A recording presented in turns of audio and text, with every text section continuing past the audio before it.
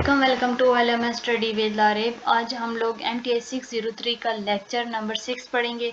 जो हम लोगों ने लास्ट लेक्चर पढ़ा था वो मतलब वो इतना इंपॉर्टेंट नहीं था, लेकिन 3 और 4 जो है वो लॉन्ग की पॉइंट ऑफ व्यू से बहुत इंपॉर्टेंट है।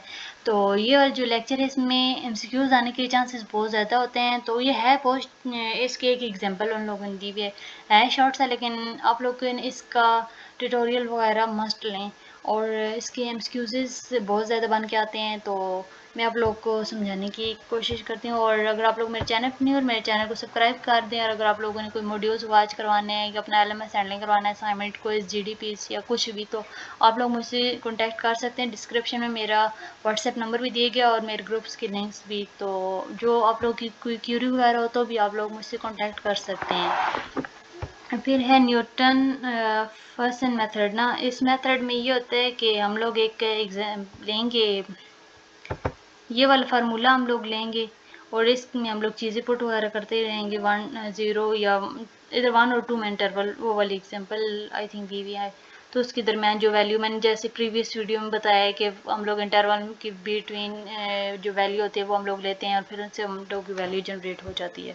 तो this method is one of the most powerful method, and we will know method used for finding root of f of x is equal to 0. क्या हम लोग find करते हैं f of x equal to 0? Then the formula may be derived in a many way. To simple way of derive this formula by using the first term of Taylor's series exponential of the form. इसकी ये exponential of form बनती है। फिर जब हम लोग इसकी setting वगैरह करते रहते हैं तो इसके बाद जो हम लोग की इम्पोर्टेंट मैंने आप लोग बताया जो इसमें फार्मूला यूज़ होना है वो ये है xn+1 xn minus F of xn और f prime of xn। f prime of xn कैसा आएगा, हम लोग डेरिवेटिव लेंगे। तो चलें इसकी एक एग्जांपल उन लोगों ने दी है तो वो हम लोग करते हैं सॉल्व।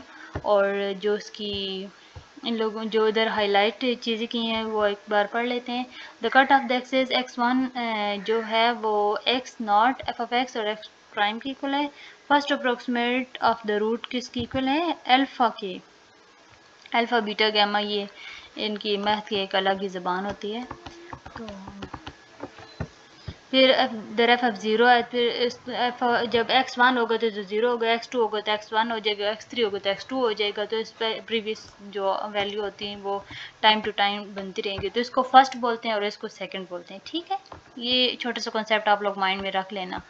तो आई होप कि आप लोग को समझ तो आ रहा होगा। अगर कोई क्वेश्चन वगैरह है तो आप लोग मुझसे पूछ लें कमेंट सेक्शन में।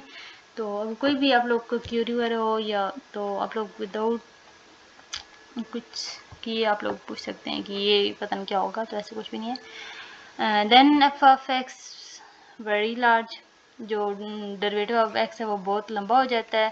तो is when the slope is large then H will be small and hence the root can calculate in given less time. Initial approximate, if we choose the initial approximate x naught, close the root of the get root, then the equation of quickly. फिर है the process will eventually falls if of prime f x is equal to 0 nearby the root of the causes. ये जो method है वो सारा वैसे बोल रहे हैं कि रेगुलर फॉल्स मेथड है। ठीक है, तो और ये आप लोगों ने बोलना है भी जब इनिशियल अप्रोक्सीमेट की वैल्यू होगी तो एफ ऑफ ए जो है वो लेस होगा, एफ ऑफ बी बड़ा होगा। ठीक है, ये छोटा सा कॉन्सेप्ट ले लें। फिर Newton reversal method is refer to the method, तो इसको टेंजेंट मेथड भी बोलते हैं। ठीक है, इस मेथड के दो नेम ये इधर जस्ट ये छोटी सी बात वो लोग कर रहे हैं। अच्छा चलें इस एग्जांपल को सॉल्व आउट करते हैं। ये इन लोगों ने दे दी है, इक्वेशन दे दी है, तो उन्होंने बोला है भी करेक्ट डेसिमल प्लेस करें। तो हम लोग जो है 1 और 2 लेंगे। इसके मतलब इस वैल्यू में ना हम लोग एक्स की जगह पहले 1 पुट करेंगे तो जो हमारी वैल्यू आएगी वो -1 आएगी। तो वो क्या है, वो 0 से छोटी है।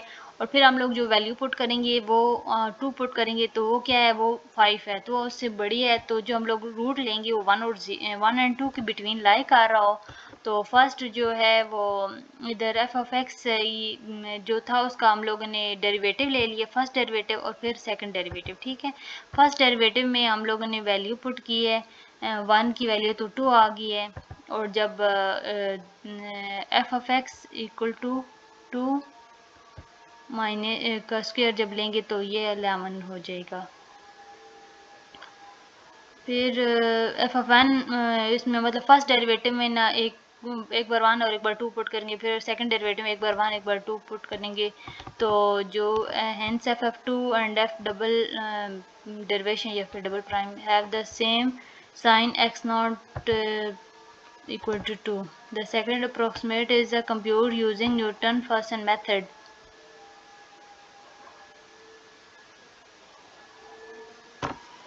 फिर इधर x1 है और इधर x0 हो गया। उधर हम लोग ने x0 की वैल्यू फाइंड की थी ना, आप लोग को याद होगा x0 की वैल्यू 5 थी, और फिर हम लोग x0 की वैल्यू फाइंड करके जब हम लोग डेरिवेटिव कर लिया था तो वो 11 आ गया था, और जब हम लोग ऐड या सब्ट्रैक्ट और डिवीजन वगैरह करेंगे तो फिर हम लोग की ये वैल्यू निकल आ जाएगी, और ये वैल्यू अगेन हम लोग एफ ऑफ एक्स में पुट करेंगे तो हम लोग कैसे टाइम टू टाइम वैल्यू आती रहेगी। तो आप लोगों ने जो कॉन्सेप्ट रखना है कि आप लोग शुरू में ना ऐसे एक तरफ ये 4-5 चीज़ें ना माइंड में रख लेना। एक ये कि आप लोगों ने इसके अंदर वैल्यू पुट करनी होगी, जो जो वैल्यू हम लोग की निकलती जाएंगी वो इसके अंदर पुट करते जाएंगे। फिर एफ ऑफ वन फाइंड कर लिए, एफ ऑफ एक्स टू जो है वो इधर फाइंड कर लिए, एफ ऑफ एक्स की 2 की वैल्यू ये आ गई है, फिर एफ ऑफ एक्स 1 और एफ ऑफ एक्स 2 और इसकी प्राइम की और फिर डबल प्राइम की, ये सारी वैल्यू एक साथ ही फाइंड कर लें।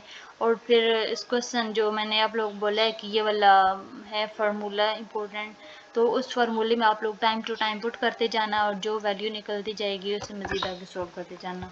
तो ये इसमें ये देखिए एक्स 3x इसमें प्राइम में पुट किया ना, 3x स्क्वायर माइनस 1, और ये इसकी वैल्यू जब पुट किया और ऐड और सब्ट्रैक्ट मल्टीप्लाई वगैरह किए तो हम लोग की ये वैल्यू निकल आई है।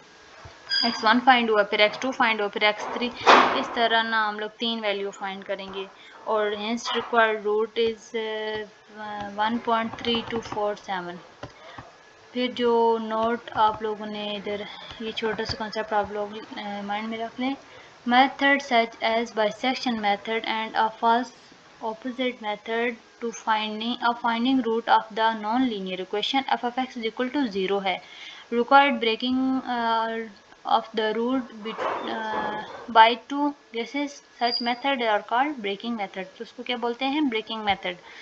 Newton-Raphson method is root not bracketed, ये ब्रेक नहीं होता। ये जो थे ना बाइसेक्शन मेथड और ये जो फाल्सी मेथड था वो ब्रेक होते हैं, ठीक है, और ये जो न्यूटन-राफसन मेथड है ये ब्रेक नहीं होता, और इसकी जो है कैटेगरी वो ओपन मेथड है, ठीक है। तो ये छोटा सा कॉन्सेप्ट आप लोग माइंड में रख लें।